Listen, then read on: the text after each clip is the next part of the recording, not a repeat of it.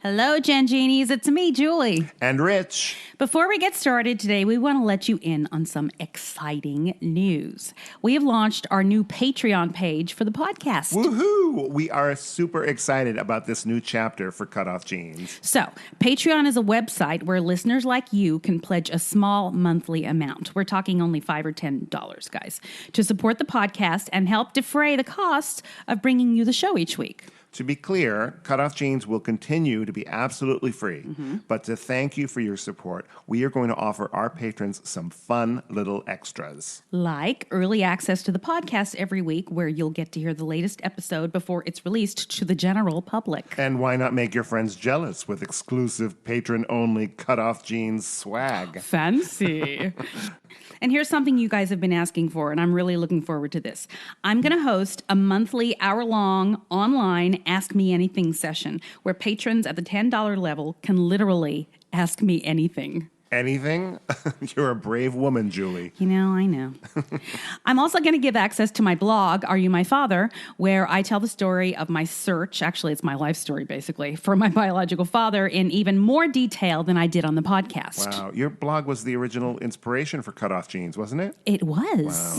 Well, all patrons at any level will receive a shout out on the podcast along with our undying gratitude for your support. Yep. You guys know that this show is a labor of love for me. It's something I'm very passionate about. It'd mean so much to me if you would consider supporting our work here on the podcast by going to patreon.com/CutOff Jeans podcast. That's Patreon, patreon.com/CutOff Jeans podcast. We'll add a link to it on the podcast and on the Facebook page.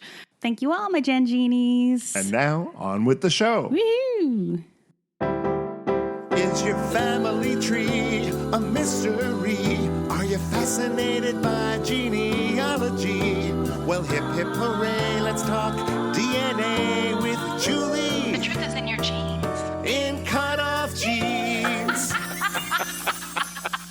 Welcome to CutOff Jeans, the podcast that helps you find your truth using nothing but DNA. I am Julie Dixon Jackson, and I'm a genetic genealogist, henceforth known as a Gen Genie. And I am Richard Castle, the producer and co-host of this podcast. How are you, Julie? I am fine. Did you have a nice birthday? I know we recorded on your birthday, but I have since seen the video that I am part of. Oh my gosh, that video. I was a mess on the floor. Well, let's tell our listeners what it was. Okay, so I did actually post it in the group. Yes. But so my daughter decided 24 hours before my birthday to contact all of my friends and have them record a little video thing so that she could just put it together and give it to me as a birthday gift. It was really sweet of her. Oh, it was really sweet that she did that. I think it may be the nicest thing anyone's ever done for me on my birthday. And so it was really awesome. But remember when I told you that my kids had just sat next to me and were singing Happy Birthday in my ears in dissonant tones? Yes. That was when they were doing that so that Lily could sneak my phone from me and to look up, to do something on it. I don't know. But get everybody's contact information, well, right? She'd already contacted some people, but I think there were some people that weren't on Facebook or that didn't respond on Facebook. And so she was looking for another way to contact them. But yeah, it was really, really cool. Oh, I was happy to be part of it. I was so glad when she asked me. I'm like, oh, that's such a great idea. Yeah, it's a great idea. Actually, it's my niece's birthday today, and her brother is doing the same thing. Especially today. I mean, it would be a nice gift anytime, but since all of us are, maybe it's even more effective now because we're all stuck at home and everyone has the time to do that video. Mm-hmm. That's true. If everyone was at work, they were like, I don't know, I have time to give Julie time to do this. It's true. It's sweet she went through your address book. Do you remember this, that when I was 21, my mom threw me a surprise party and I was mortified because what she did was, now this is like pre-cell phone days. She went into my address book in my room and she basically, she didn't even know everybody. And she just called them and said, oh, I'm Richard's mother and I'm having a party. And so, I mean, there were people from all different walks of life there, some of whom I didn't even remember. You would never have invited to your birthday exactly. party. I walked into the room and I was like, what's going on? Oh, that's weird. Were you there? Yeah, I was there. That was kind of like a weird "This Is Your Life" thing. Oh, yeah. Oh my gosh, that's funny. And we all, to some extent, live compartmentalized lives. We have our work friends and our friends, whatever, couple friends or all that. But at the time, I had friends from all over the place, and it was just the weirdest thing. I mean, it was very sweet of her, but I made sure to hide that book away.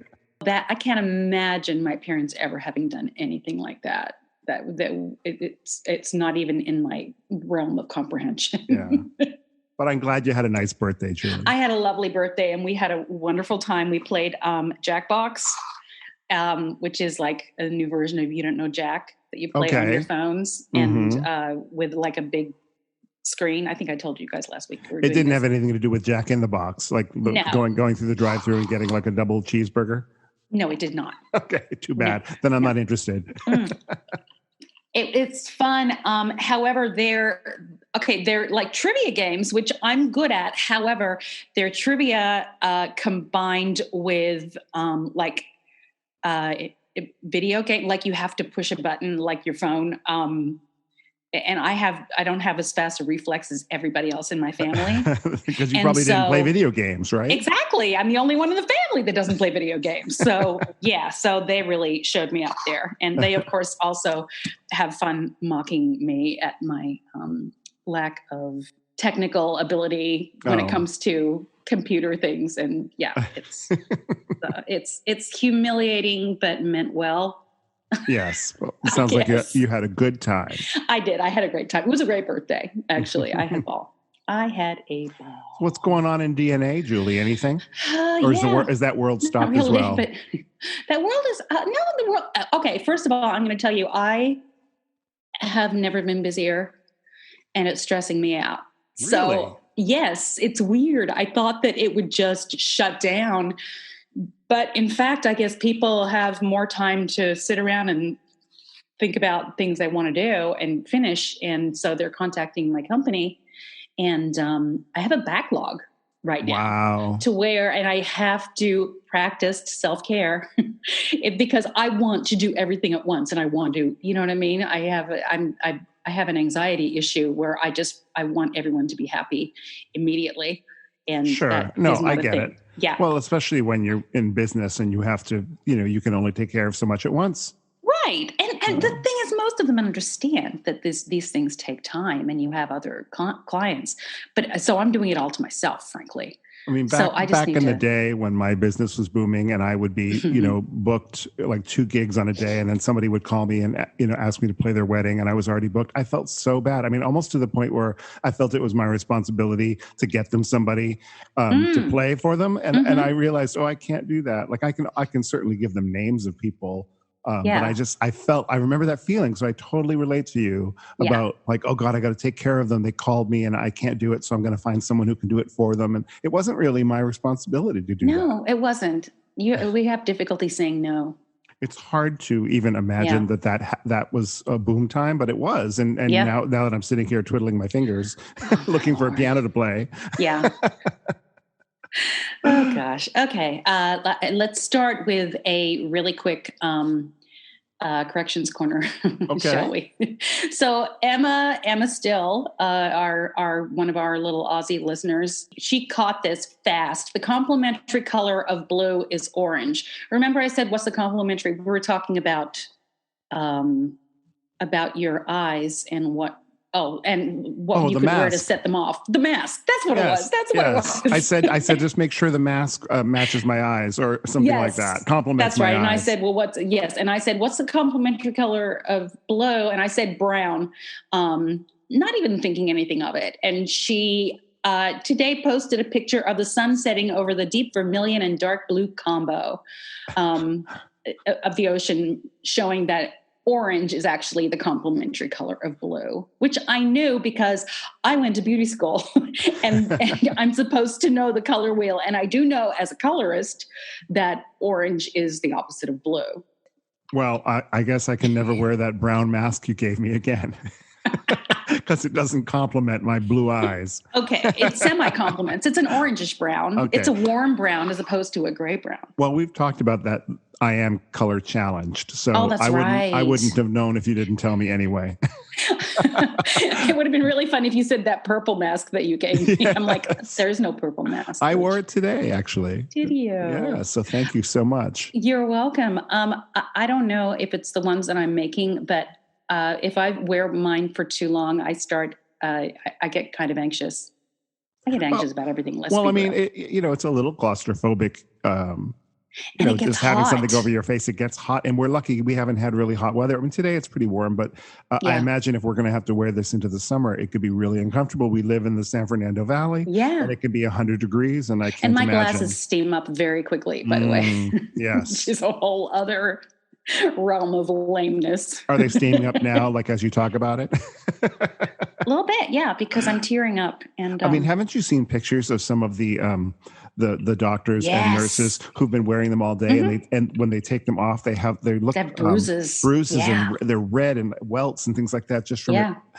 I mean, I guess that's better than the alternative, but I can imagine all that hot, wetness trapped under there. Yes. Yes. Yeah. But it works at the Trader Joe's and. So, yes, it works to go to the grocery store. And we're under, in Los Angeles, at least, we have to wear it when we go into any business at this point that's open. I'm enjoying, I am giving masks out to strangers. Are you really? There was somebody in one of the Facebook groups that I'm in for, I don't even know why I'm in it. And I know him peripherally. He's a casting person in LA. And he was like, where do I get a mask? And just, on a whim, I said, you can have one of mine. I'm making them. He goes, really? And so he gave me his address and I drove over and left it on his porch. You're like the little mask fairy. I'm the little mask fairy.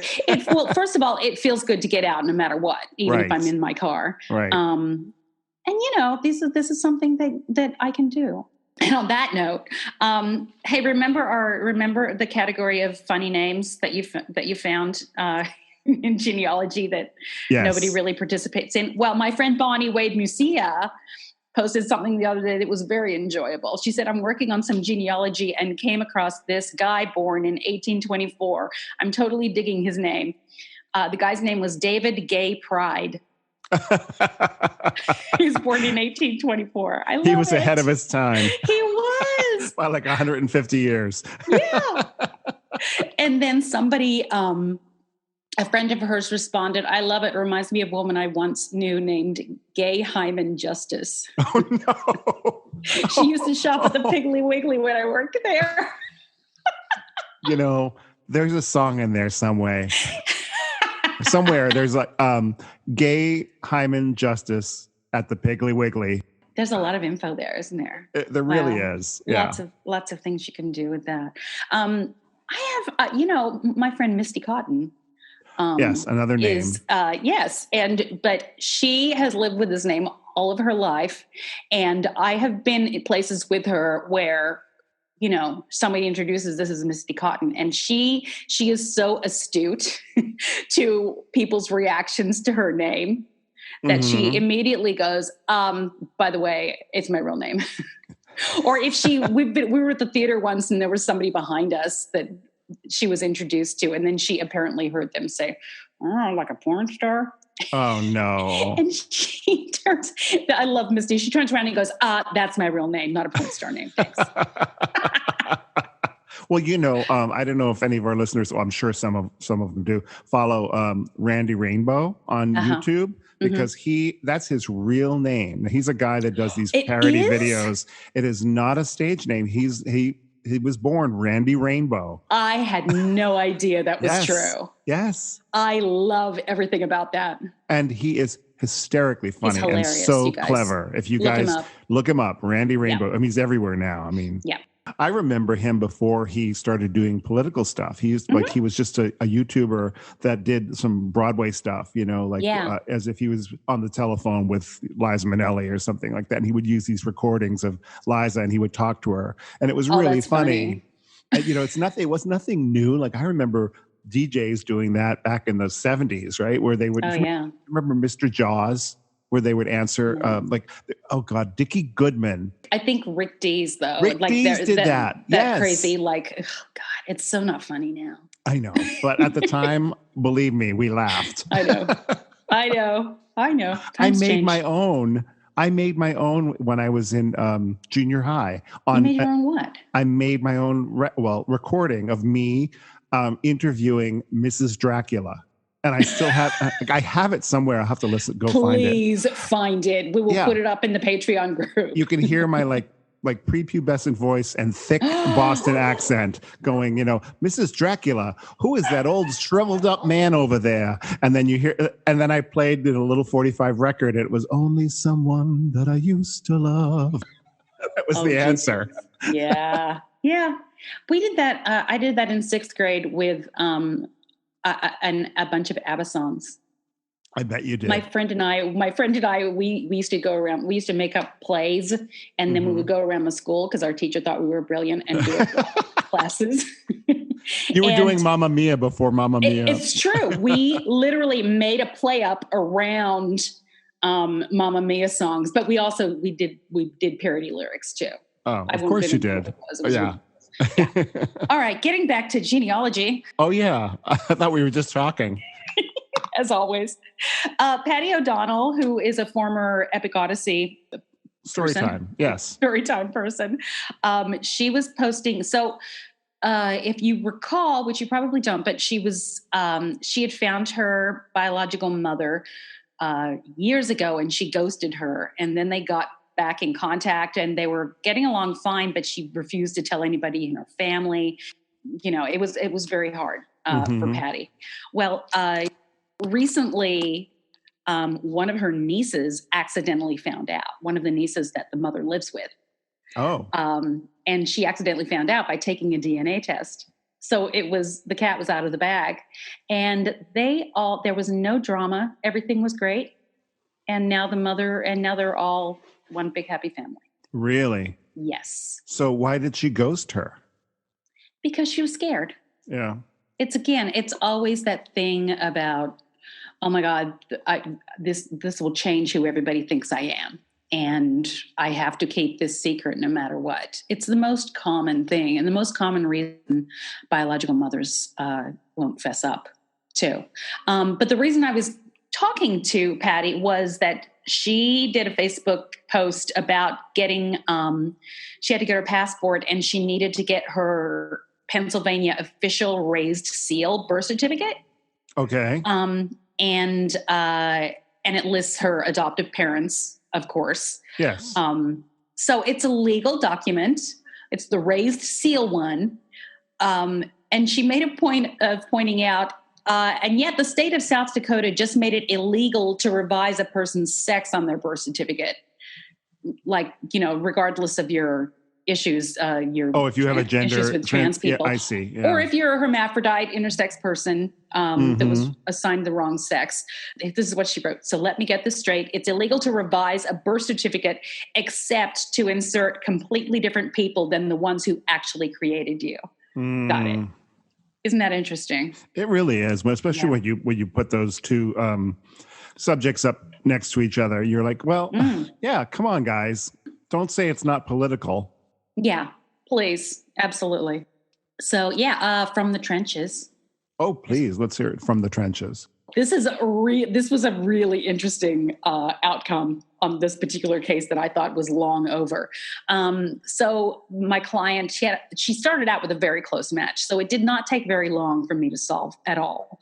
The close match was matched like an aunt. So I researched her family and found out she had one brother. She had one sister and one brother. And I knew it was that family because I had matches to both of their parents, which is triangulation. Okay? Yes. So I knew it was them.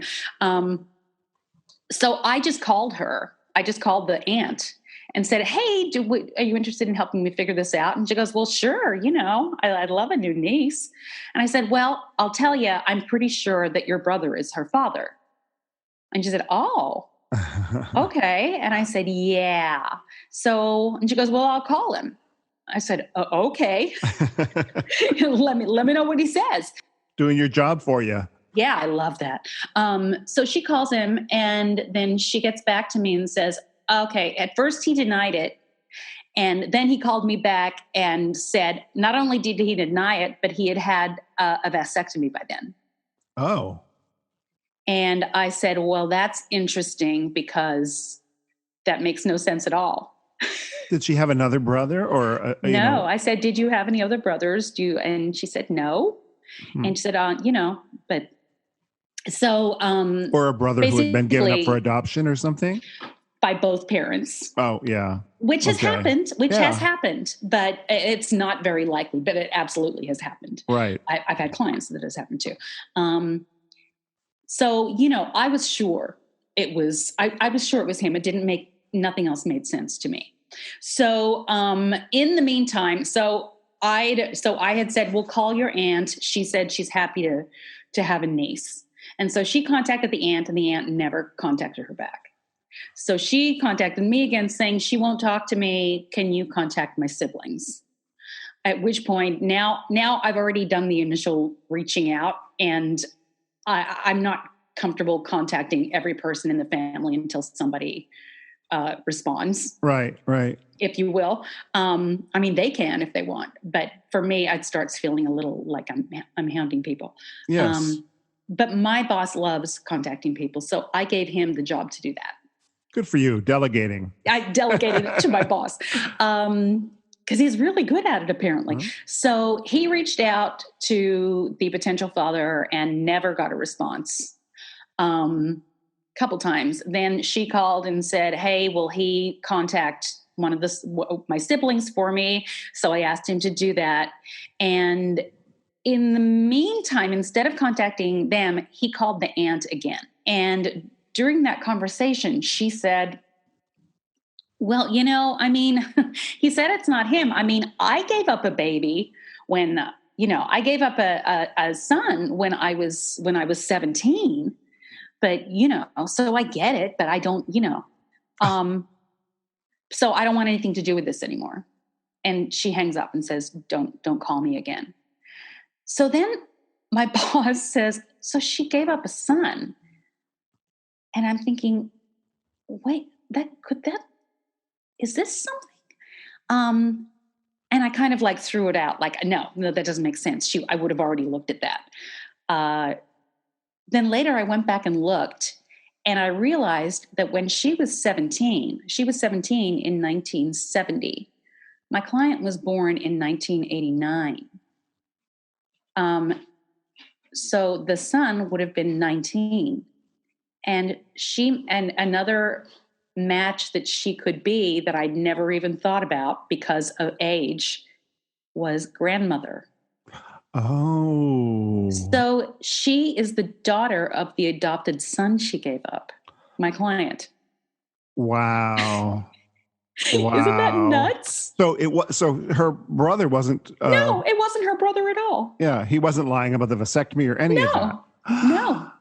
Isn't it interesting she wouldn't have told you that when you contacted her the first time? Yeah, which tells me that maybe in the back of her mind she may have been thinking that, but I don't know. But she has been in contact with him. The mother has been in contact with him a long time ago, but they're not in a relationship. But she did tell my boss his name. Wow, that's fascinating. And so now the client is in touch with him. So it all ended. All in a day's work. Oh my gosh. It was crazy. I don't know what made me think that she couldn't be the grandmother. I think I must have thought she was younger than she was. Right. Yeah. And I knew she had other kids, and I thought I don't remember. And I'm always shocked when I find out someone's a grandmother and they're still in their 30s. That's that's crazy. Well, I know, but it's possible. I know. Yeah. Clearly. Yeah, having a baby when you're 17 is very young. Yeah, and then your daughter could have followed in that footsteps and had a baby at 16 or 15 or whatever, so it happens. So yeah. Should we take a little break? I think we should take a little break. If you're enjoying our podcast, please subscribe, rate, and review, or consider supporting us on our Patreon page, patreon.com/CutOff Jeans Podcast. Now back to Julie and me. All right, we're back. Hello. Hello. So I was looking, I was going to say I was looking through my television the other day, but that's not how that works. I was channel surfing, and I happened to stop on the History Channel, and there was a show on called The Jesus Strand, A Search for DNA. So there is this California pastor named Joe Basile, I don't know how to pronounce it, and an Oxford geneticist named George Busby. And they're the two main guys in this show. And they're looking for the bones of John the Baptist to extract DNA to compare with the DNA in the Shroud of Turin so that they can identify the Jesus strand in DNA. Wow. Right. Because did you know this? It is thought that John the Baptist was the second cousin of Jesus. I had no idea. You're talking to a Jew here. I know. Who did Jesus' genealogy? I'm now fascinated by that. Well, I mean, I didn't know that you could extract any kind of DNA from something that old. Sometimes you can, sometimes you can't. They went to Bulgaria and they crossed the Black Sea to this island called St. John's Island, which is a very holy place. And there was a church there that was in ruins now, but there was a reliquary under the altar of this ruins of a church. I've never heard of a reliquary. I've never heard that word, but I assume it's a place where they keep relics. Relics, exactly. Religious relics, yes. Exactly. I love that word, reliquary. I know, reliquary. I do too. It was a small marble reliquary, and it was originally opened in front of the press because they knew that there must be something important in it.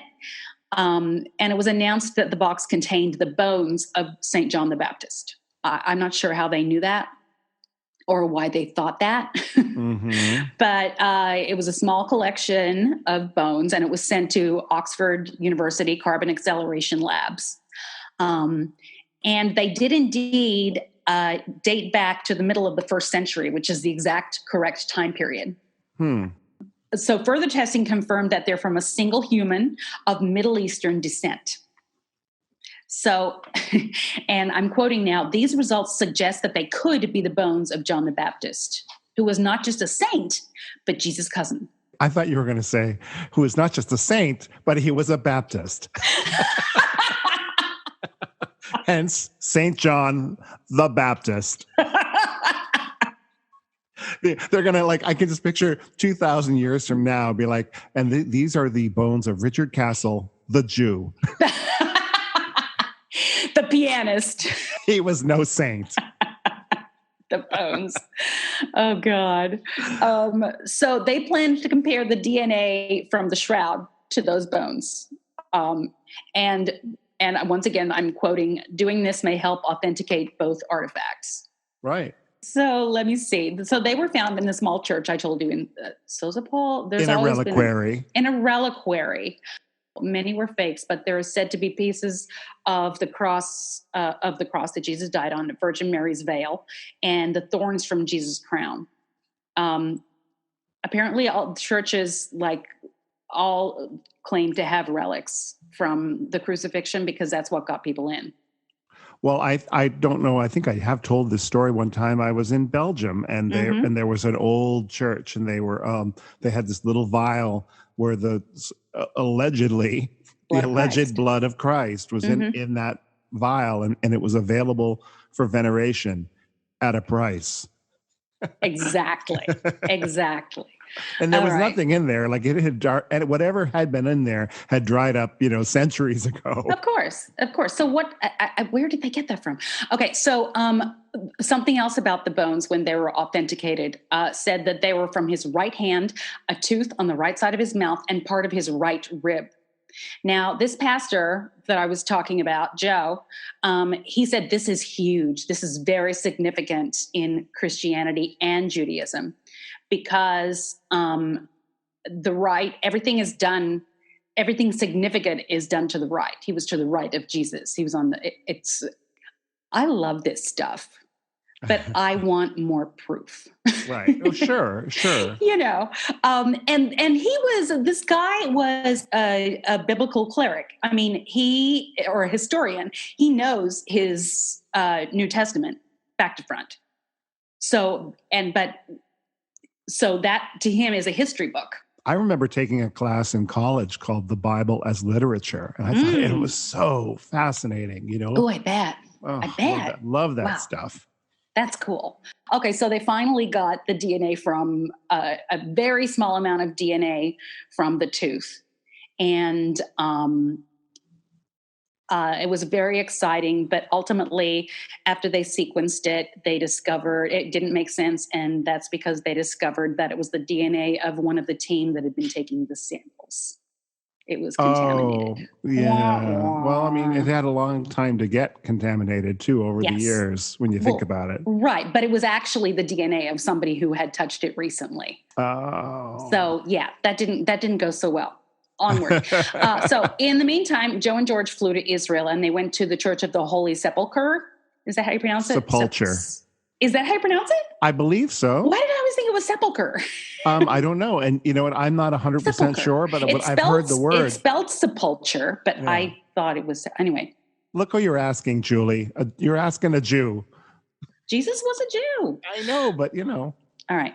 So they visited an esteemed anthropologist in Tel Aviv. His name was Israel Hershkovitz, who had many bones and relics from the first century, including 2 nails that may have been used in the crucifixion of Jesus. Hershkovitz sounds like a Jew.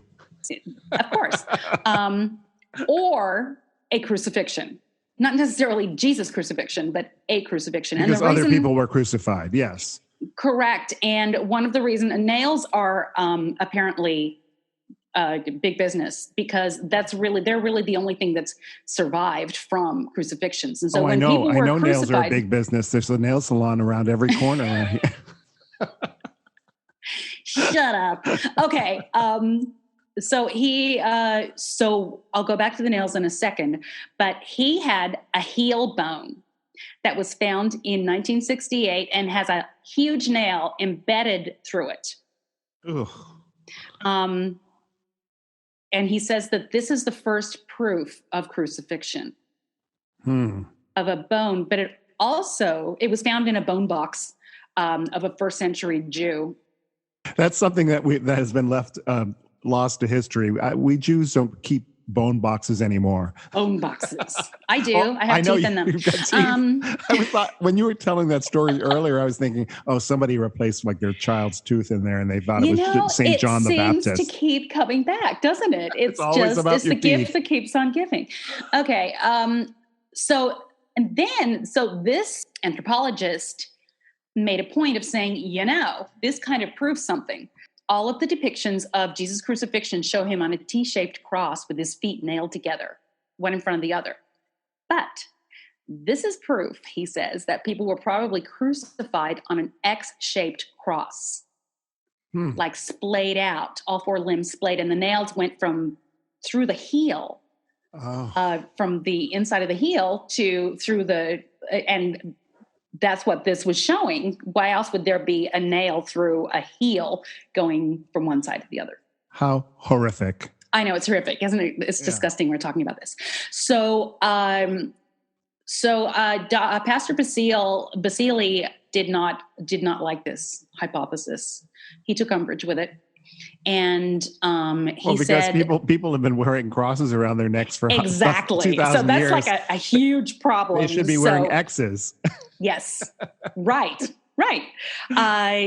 He said the New Testament is first and foremost a historical document. In the original language, the word for cross, staris, means pole or stake.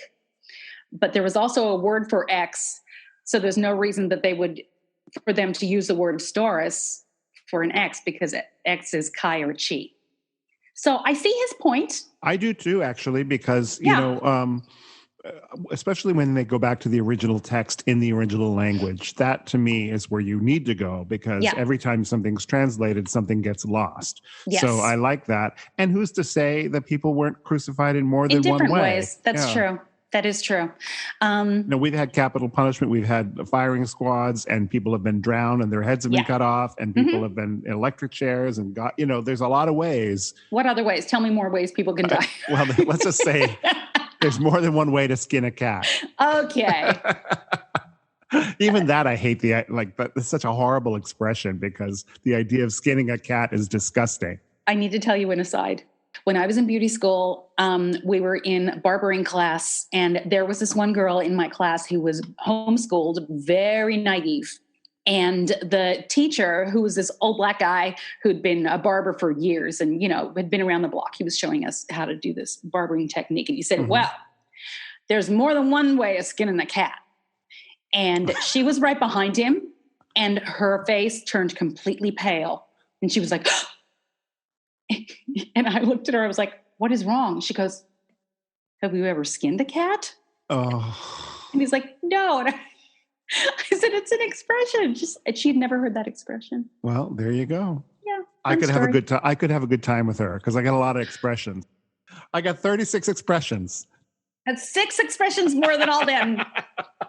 Barrymore's put together. Oh my God. Guys, we're actually quoting Funny Girl now. Yeah. I'm the greatest star. Yeah. It could be a drinking game every time we quote a musical. Okay. Let's go back to the Jesus nails. All right. So he also said, Dr. Hershkovitz also had 2 other nails. I don't know why he didn't bring those out first. That some people believe, that's in quotations, were used in the crucifixion of Jesus. No idea why they believe that. But nails were coveted objects, and they were kept for some good reason. The 2 nails are said to have been excavated from the tomb of the high priest Caiaphas, who organized Jesus' Jesus' arrest. By the way, the only reason I know that is because of Jesus Christ Superstar. Of course. Yes. Some say he kept them as a trophy he took to the grave. But he also said there's 0 chance that you could extract DNA from these nails because they were rusted and oxidized, and they'd probably been touched by a lot of people. So, wah, wah. Onward. I guess we'll never find out. Only his manicurist knows where the nails are. Well, they looked at the nails. They were very excited about these nasty old rotten nails, like this big, okay. I just question, again, there had to have been so many nails. And even if they were coveted objects, we're talking about how many nails to crucify somebody. Let's not be gross, but 3? Well, depending. It was an X4. All right, and 3 or 4 out of how many nails? I probably have 200 nails in my toolbox that I never touched, and I didn't even know where my toolbox is. You don't have nails that look like stakes, like tent stakes. No, and they're not big enough to go through, a person's hand or heel. Or heel bone. Yes. On that lovely note, why don't we take another break? Very well. Thank you for listening to Cut Off Jeans with Julie Dixon Jackson and Richard Castle. You can support us by going to patreon.com/Cut Off Jeans podcast.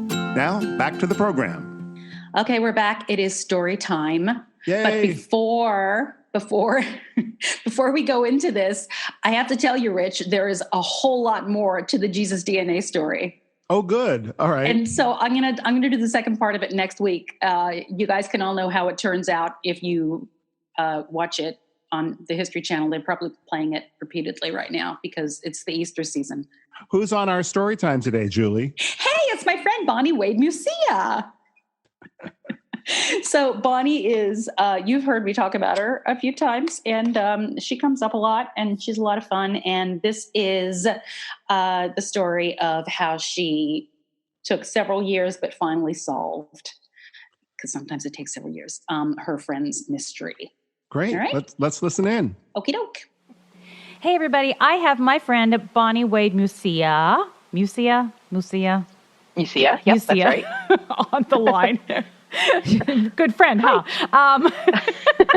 Hi, Julie. How are you? Hi, Bonnie. It's good to talk to you. It's good to hear your voice. You too. Okay, so you recently solved a case that you've been working on for years, correct? 4 years. Okay. 4 years of this case. All right, I'm dying to hear all about it, and I'm sure the listeners are too, so have at it. Okay. Well, I'm a professional genealogist, and I do some adoption work. But this particular case, I did for my best friend who was adopted. She knew she was adopted from the time she was born, from the time she was adopted. I think she was adopted at a month or two old, something like that. She was born in November. She was adopted around Christmas time. So about 2 months, under 2 months. Anyway. About 4 years ago, she had gotten breast cancer from that and then immediately got colon cancer. And she said she had never really wanted to search for her birth parents. But after that, she's like, I really think I should find out more about my medical history because she didn't know anything and she wanted to know where this was coming from. And she has 3 children, grown children, so she wanted to have some more information. So she decided to take a DNA test. We got the results in, and I started looking at them. We knew that her mother, her adopted mother, had told her that she was of Italian background and something else.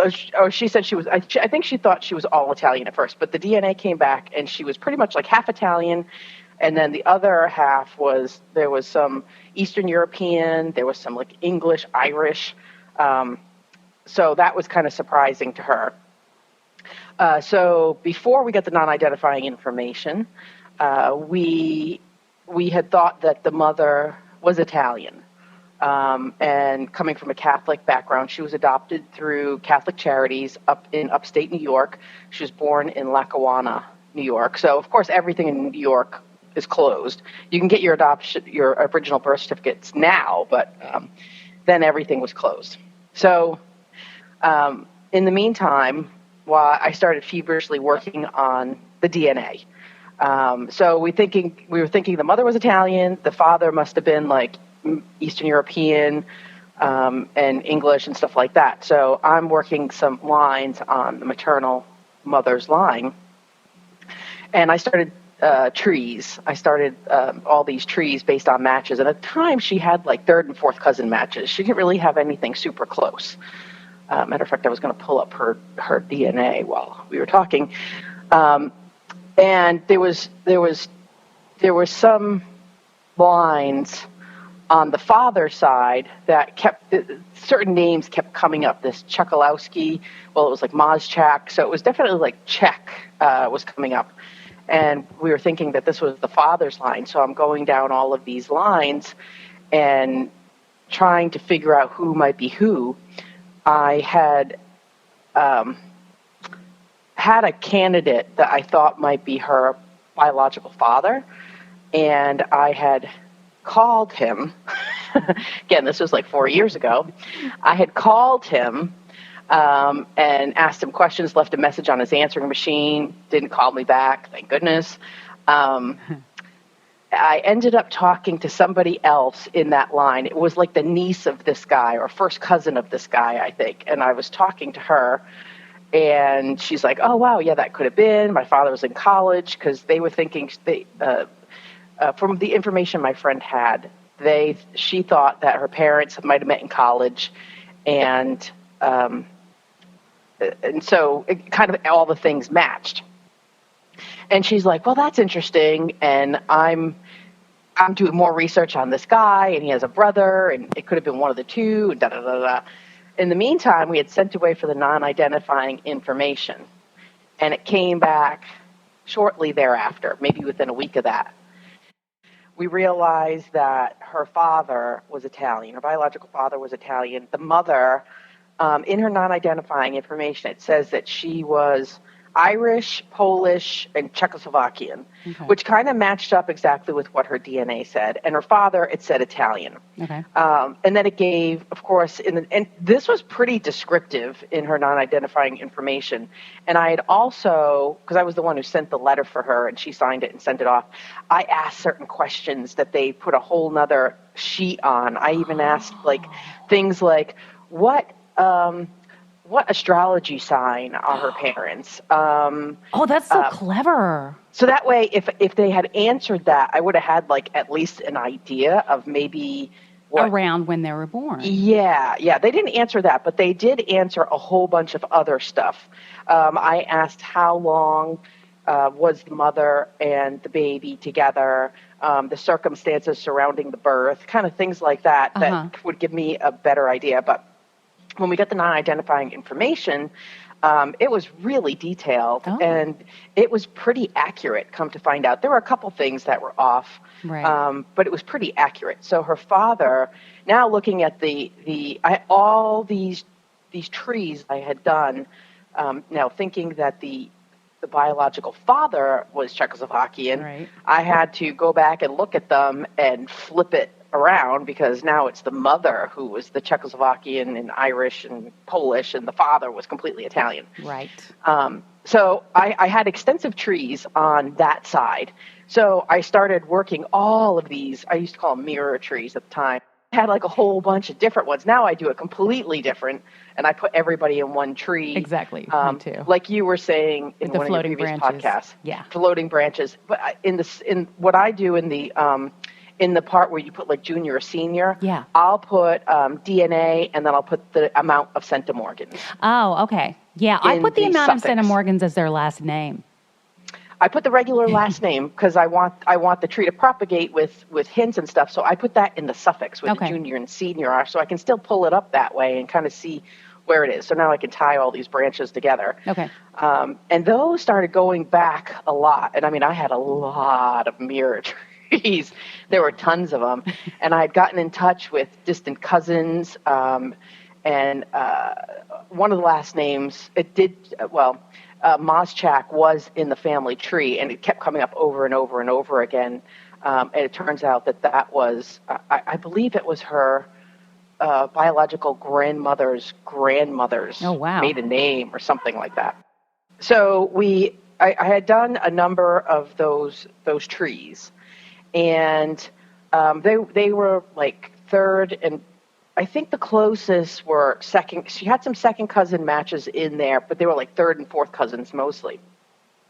And then about 3 years ago, with all of these mirror trees, nothing kind of was matching. I had some that kind of connected, but they were way back. I'm talking like early 1800s, even 1700s. I got her back to way far back, and I'm pulling all these things forward. But then about 3 years ago, a first cousin match popped up. And I was like, oh my God. Matter of fact, it was right around the time that the giraffe, remember the giraffe that was all over the internet? It was getting ready to be born. It was like the same day or right around that time. I remember that. And I was like looking at the DNA, and I was looking at the giraffe on like it means something. There's some connection. Oh, it was just so funny. I just have to remember when that happened. So I had Googled this woman's name and found her immediately on Facebook. And now I'm going crazy with who this is and how she's in there. Was it maternal or paternal? This is the maternal lines. Okay. This is all maternal lines. Okay. And as I'm looking, I kind of figure out who she is and how she fits in. And then I had her biological grandmother in one of those trees. I'm like, oh my gosh, that name, that's her. Right. And I figured out who that was. And in her matches on Facebook was this person who turned out to be her half-sister. And I was sitting on the couch at the time, and I gasped when I saw her picture. And my husband was like, oh my God, who's that? I said, I think that's my friend's sister, because they look like twins. Oh, wow. And so I said, oh my goodness, this is the resemblance was uncanny. Matter of fact, I think I showed you the picture when we were in Salt Lake City. Yeah, I think you did. Yes. So I sent an email right away to the cousin on Ancestry. And I explained that I was a genealogist and I was helping an adoptee. And I believe that, you're her first cousin and da-da-da-da. And here's my phone number. So I sent that night, late that night. The next morning, my phone starts ringing, and it was early. It was like 7 o'clock in the morning, 8 o'clock in the morning, from a number that I wasn't familiar with. And in the line of work I do, that's not unusual. I mean, I get a lot of different calls from a lot of different people. So I pick up the phone, and it's her half-sister calling. And she said, my cousin gave me your phone number. I hope it's okay. And I believe that I'm your friend's half-sister. Oh, so she knew that there had been a half-sister out there. Yes. So what I found out from that, I found out that my friend is the oldest of 5 children, and that the woman that was calling her is a half-sister, and she's a twin, although my friend looks more like a twin than the actual twin does. How funny. So my friend is the oldest, then there's the twins, then the biological mother had a boy, and then she had a girl, and adopted them all out except the twins. Weird. So the twins stayed with the mother, but the grandmother kind of raised them. Okay. The grandmother at the time, when this happened 3 years ago, was still alive. She was 103. Holy cow. Yeah. And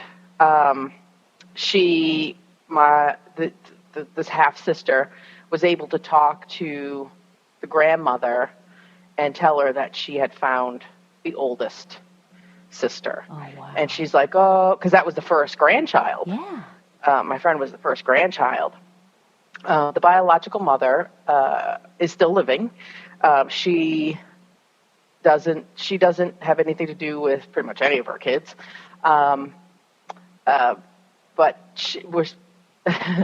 she didn't tell, I guess from what I understand, she never told her current husband that she had any other children but the twins. Oh, wow. And at first she was telling the half-sister, because the half-sister told the mother about my friend. Mm-hmm. And she's like, this woman's scamming you. I don't know what she's trying to pull, da-da-da. And she said, Mom, people lie, but DNA doesn't. Mm-hmm. There's no way that she couldn't be my sister. And they look exactly alike. Yeah. I mean, exactly. So that was the mother's side. And then... Okay, hold on a sec before you keep moving. Sure. So has your friend ever had an opportunity to talk to the mother? No. No. No. And do we know why she decided to have all these children and give them up but keep the twins? Well, from what I understand, her grandmother didn't want to separate the twins. So that's why the grandmother kind of raised the twins. Okay. So she didn't want to be a mother at all, but the grandmother was like, I got to. Yeah, I don't think so, because they had a pretty rough childhood, from what I understand, okay. And I don't know the details, but my friend and the half-sister have become extremely close. Oh, good. And over the years, they've developed a really good friendship. They talk all the time. Matter of fact, my friend's daughter just got married, and the half-sister officiated the wedding. Oh, my gosh. Is she a minister or just or yes. internet ordained? Okay. She is a minister. So she did a phenomenal job, and it was just really sweet, and it was a really nice way to incorporate her into the family and everything like that. And my friend's adoptive parents are still alive and everything. And I remember when we all first had dinner together, her mom kept looking at her, and she was like, wow, because they have so many similarities. It's just crazy. And they really kind of embraced her as well. And, it was very sweet. That's good. So while she was here she lives in Oklahoma, and we live near Hilton Head, South Carolina. While the half-sister was here, I check her DNA every day. I have always. Mm-hmm. That morning, a couple days before the wedding, I checked the DNA, and the two of them had a half-sister pop up. Oh. Yes. It was the youngest of the 5. Oh, wow. All right. Thank you, Bonnie. Thank you, Bonnie. Should we go? Well, I'll just tell everybody who I am first. May I do that, Julie? I think we should just exit without any. That's all, folks. Bye-bye. Okay, go ahead. Do your thing. I am Richard Castle. I'm doing my thing. I have a website called richardcastle.com, or you can follow me on the Twitter at Castle Songs. I'm Julie Dixon Jackson. Follow me on the Twitter at Jules Jackson with 2 O's. Follow the podcast on the Twitter at CutOff Jeans Pod. Find us on Facebook, CutOff Jeans Podcast, and send me an email if you should so desire at julesjackson@cutoffjeans.com. Julie, I think we have one more order of business. Always. Always. And what is that? The truth is in your jeans.